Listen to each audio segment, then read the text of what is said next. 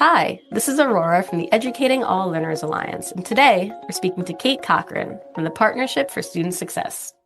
The Partnership for Student Success is a national coalition of school districts, nonprofits, and higher education institutions focused on expanding evidence-based and people-powered support for K through 12 students. Based out of Johns Hopkins University, Everyone Graduates Center, PSS supports efforts to implement, expand, and improve high-impact tutoring, mentoring, post-secondary transition coaching, student success coaching, and wraparound integrated student support for all students.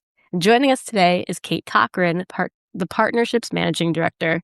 It's so great to have you here today, Kate, and it's great to be reunited and talking about all things student success and mentorship. Great to have you here.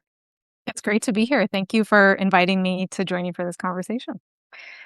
It's been, for those of you who know, Kate and I have worked together, Innovate EDU, and we've definitely had our share of on the ground, in the field experiences, and also behind the scenes work as well. So let's kick off. Absolutely. Let's kick it off. Tell us a little bit more about PSS and the work that you're doing.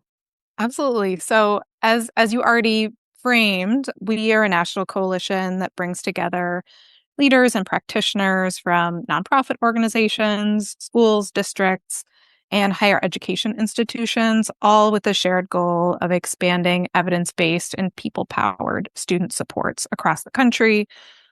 Evidence-based and people-powered student supports could mean a lot of different things, but we're particularly interested on 5 roles that each have a pretty robust evidence base demonstrating their positive impacts on students.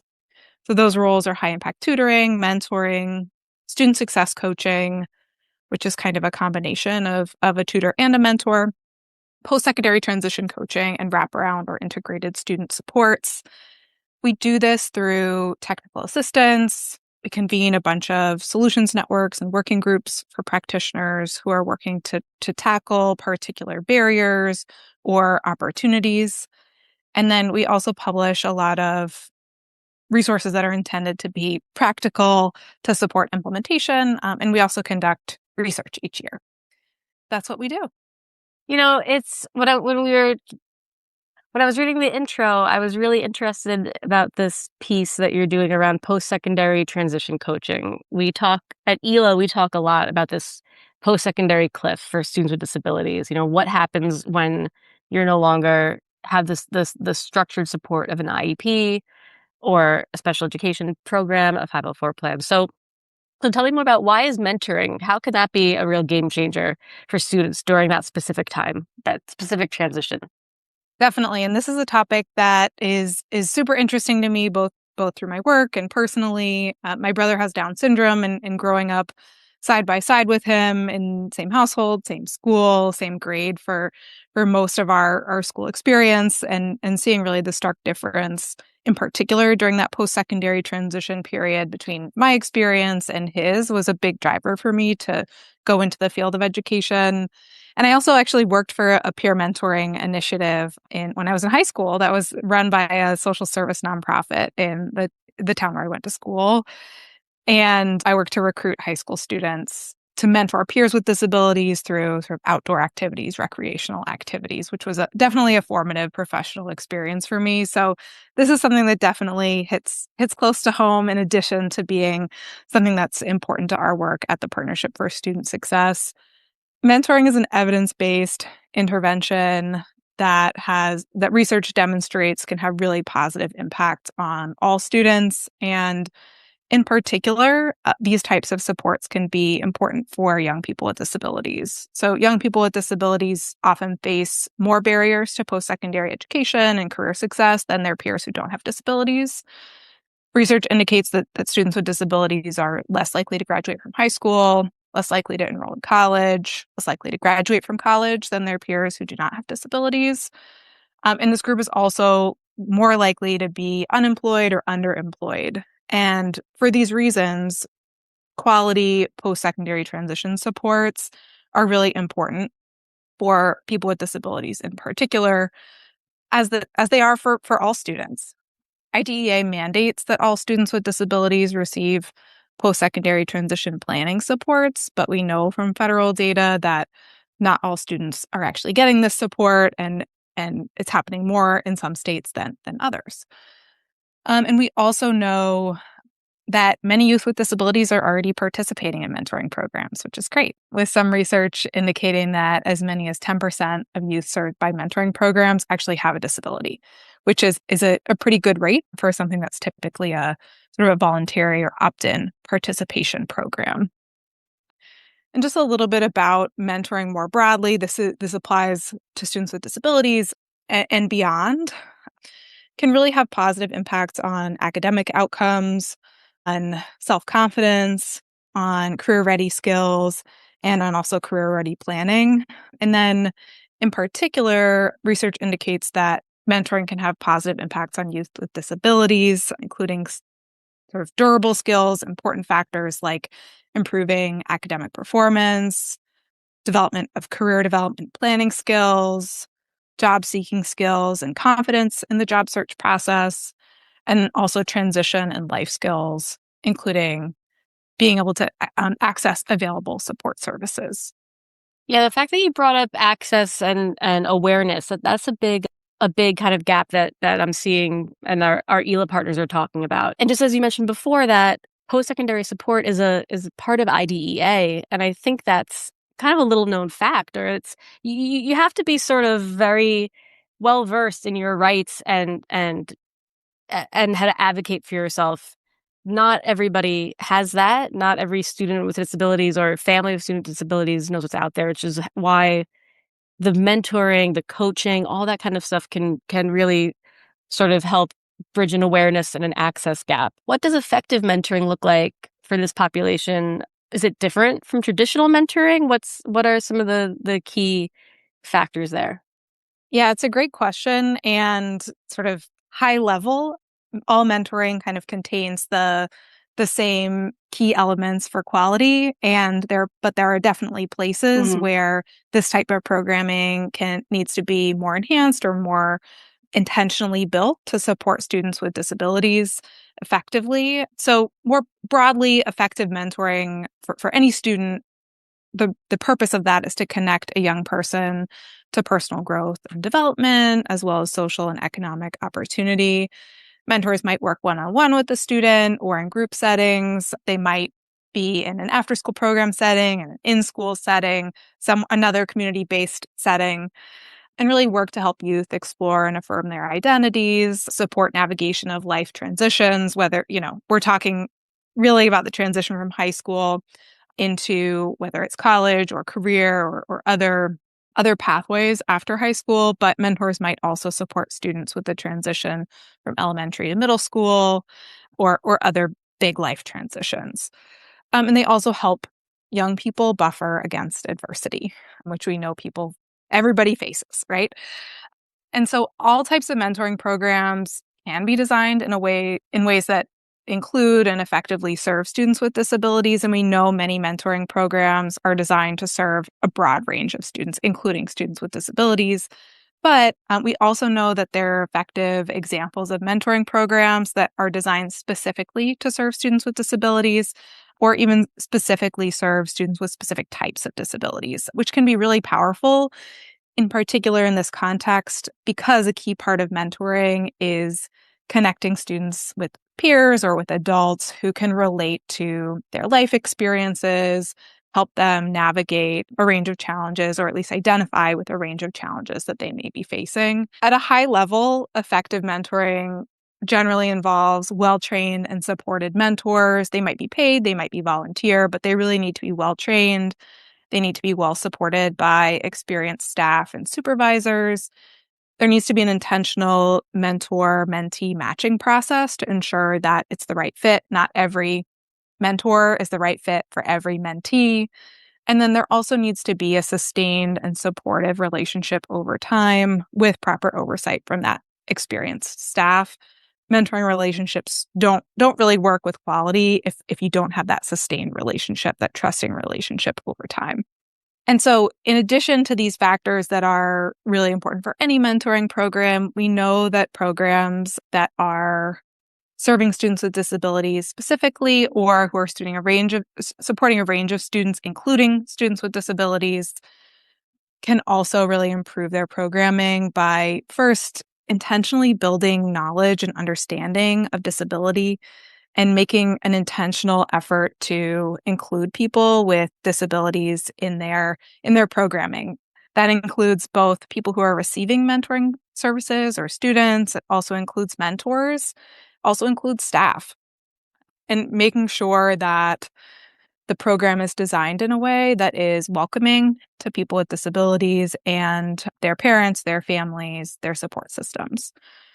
And as I said before, relatability when it comes to challenges, life transitions, other experience really is at the crux of the mentoring relationship. So this is, I think, particularly important in this role, whereas it might not be it might be beneficial, but might not be as important for a role like a tutor, which is more about academic supports.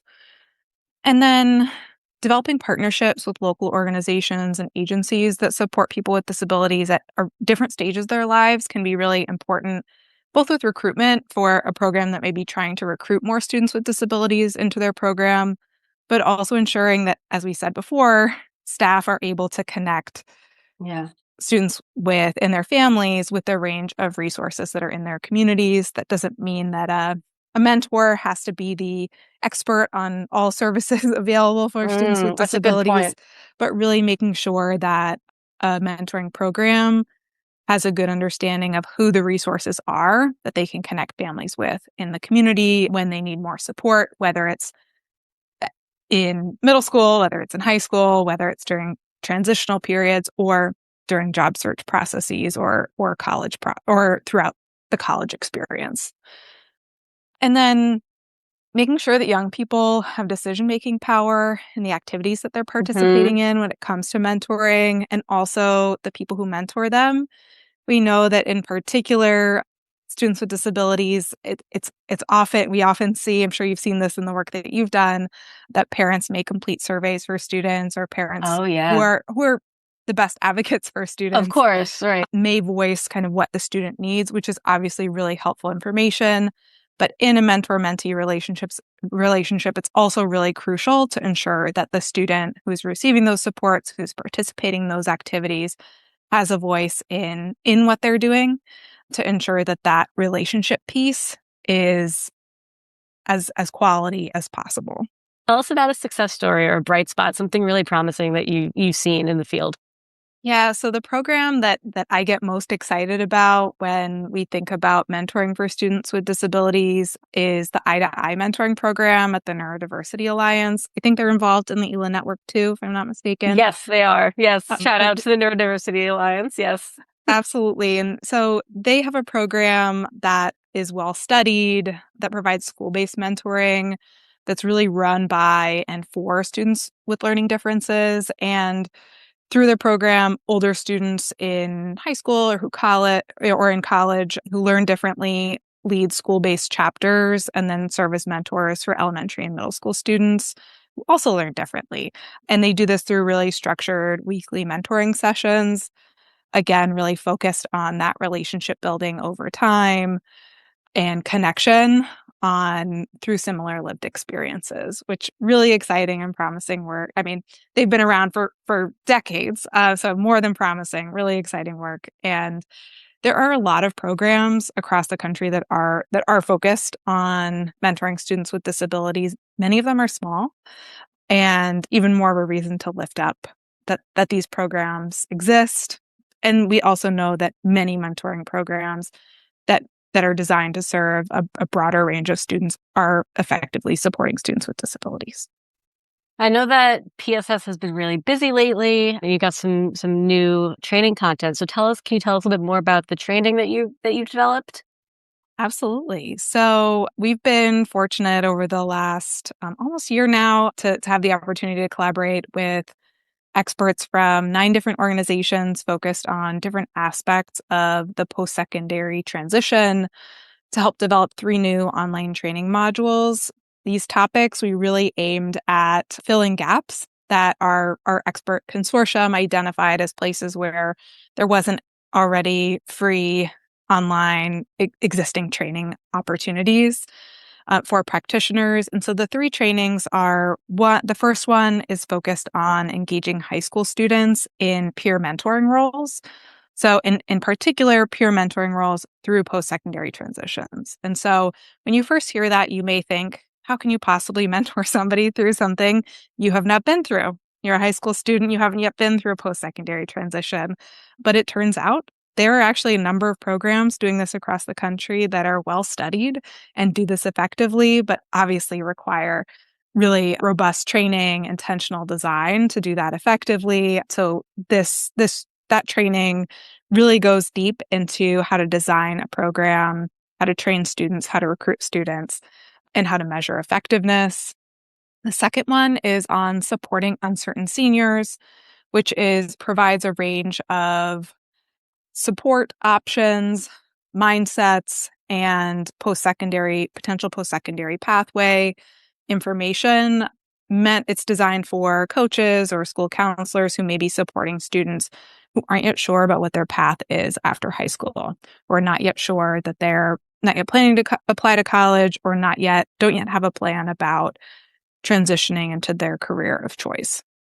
And then the final one is focused on paying for college, and particularly the after FAFSA phase. There's a lot of great content out there on how to complete the what FAFSA. happens, and then what Yeah. happens, but what happens after is What happens Mhm. after? What do you do when you get your financial aid offer letter? How do you understand the true cost of college with that offer letter, other expenses? So that's what that third training is on. And these complement a broader training library of content that we've developed with partners, including Mentor and others, for mentors and post-secondary transition coaches in particular, or people who lead programs doing that type of work. I mean, this is all great. We're almost out of time for today. Yeah. We're almost at the end of our time. So before you go, how can folks get involved, stay informed, find out more about the work that you're doing at PSS? Yeah. So practitioners from schools, districts, nonprofits, higher ed institutions can get involved by joining our coalition or signing up to participate in working groups or learning communities on topics ranging from engaging college students, high school students, older adults in K-12 student support roles like mentoring, like post-secondary transition coaching. We have groups on tutor apprenticeships, on addressing chronic absence, on other pressing challenges, opportunities in the field right now. We also offer technical assistance through a network of expert partners for any effort to implement, expand, or improve tutoring, mentoring, and similar supports, and which can be requested on our website. We host a lot of convenings, 2 in-person summits a year, and a lot of meetups at conferences and other places where we know that practitioners gather. And all these supports are available for free for nonprofits and folks from public institutions, so public schools, government agencies, et cetera. That's incredible. It's always, I think sometimes when we're in this world, especially an educator, a parent, a school leader, sometimes you can be listening and wondering, well, what's the price tag? And so the fact Right.